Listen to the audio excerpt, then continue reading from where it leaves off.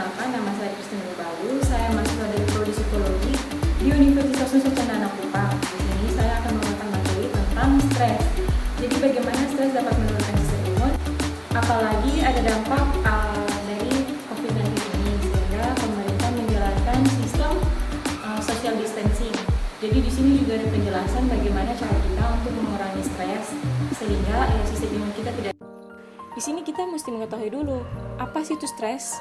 Jadi dalam psikologi, istilah stres itu menunjukkan suatu tekanan atau tuntutan yang dialami individu agar bisa beradaptasi dan menyesuaikan diri. Di sini juga stres adalah suatu respon fisiologis tubuh terhadap situasi fisik dan emosional yang tidak diinginkan. Tubuh kita dapat merespon stres dengan dua jalur, yaitu HPA aksis atau hipotalamus pituitary adrenaline aksis. Apa sih itu? Ribet banget sih. Jadi yang dimaksud dengan HPA aksis yaitu tubuh itu akan merespon stres dengan mengeluarkan hormon kortisol.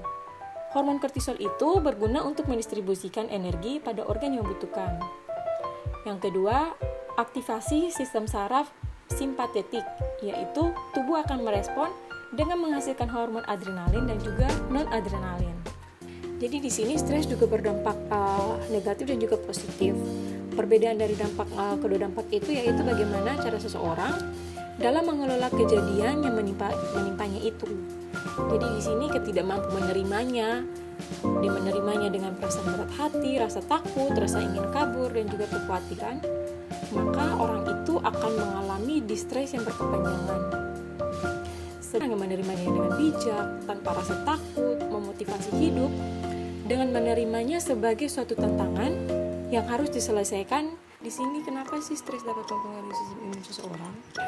Karena ketika seseorang tidak dapat mengendalikan respon yang datang terhadap situasi fisik dan emosional, ia akan sangat mudah merasa respon yang datang itu merupakan hal yang tidak nyaman, menakutkan, dan menurutnya sangat membahayakan bagi dirinya. Akhirnya orang tersebut selalu merasa pikirannya cemas, susah tidur, mut-mutan, hingga akhirnya sampai pada dimana seseorang itu akan mengalami insomnia, sakit kepala yang berkepanjangan, keringat dingin, sesak napas, ketakutan yang berlebihan, dan munculnya sakit fisik lainnya seperti hipertensi, stroke, jantung, dan lain-lain. Sehingga stres itu dapat menurunkan imunitas tubuh. Di sini juga para ahli studi dari Ohio State Universitas yang menunjukkan bahwa stres psikologi mempengaruhi sistem kekebalan tubuh dengan mengganggu komunikasi atau saluran antara sistem saraf endokrin dan juga sistem kekebalan tubuh. Stres dalam jangka panjang dapat menyebabkan tubuh mengeluarkan hormon stres, terutama glukokortikoid dalam jangka yang panjang yang akan menghambat reproduksi sitokin dan juga interleukin yang merangsang aktivitas sel putih. Di sini yang akan melemahkan sistem kekebalan tubuh kita tersebut. Apalagi adanya COVID-19 ini yang membuat semua orang menjadi ketakutan, parno, bahkan mengalami stres yang berlebihan, sehingga banyak sekali orang-orang yang menyebarkan hoaks hingga membuat orang lain itu tidak dapat menerima respon fisiologis tubuh terhadap situasi fisik dan emosional yang datang, hingga akhirnya membuat orang itu munculnya sakit fisik lainnya dan hasilnya akan menurunkan imunitas tubuh orang tersebut. Dengan munculnya informasi yang negatif ini, di sini banyak orang-orang juga yang menerima respon itu dengan negatif pula, sehingga hal inilah yang membuat mereka merasa berat hati dalam menerimanya, takut, rasa ingin kabur, dan kekhawatiran yang berlebihan.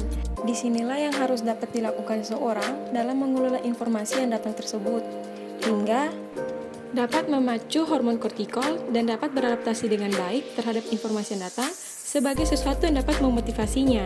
Ini ada beberapa tips agar kita dapat menghindari informasi-informasi yang tidak baik. Yang pertama, sharing kepada orang-orang yang terpercaya seperti dokter ataupun psikolog. Yang kedua, memilah informasi yang terpercaya. Jangan pernah termakan oleh hoaks-hoaks. Ketiga, hindarilah informasi berlebihan. Cukup membaca sesuai yang dibutuhkan.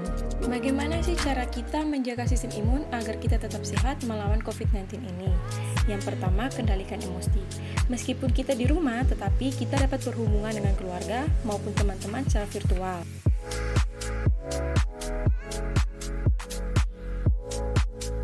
Yang kedua, cukup tidur.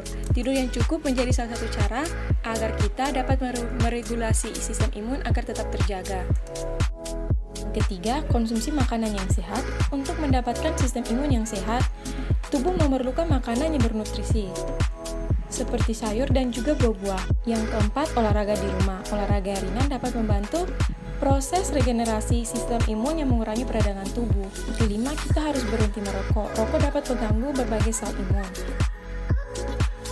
Yang keenam, kita dapat berjemur di bawah sinar matahari, karena sinar matahari dapat memberi salah satu energi sel limfosit. Kita dapat berjemur selama 15 menit.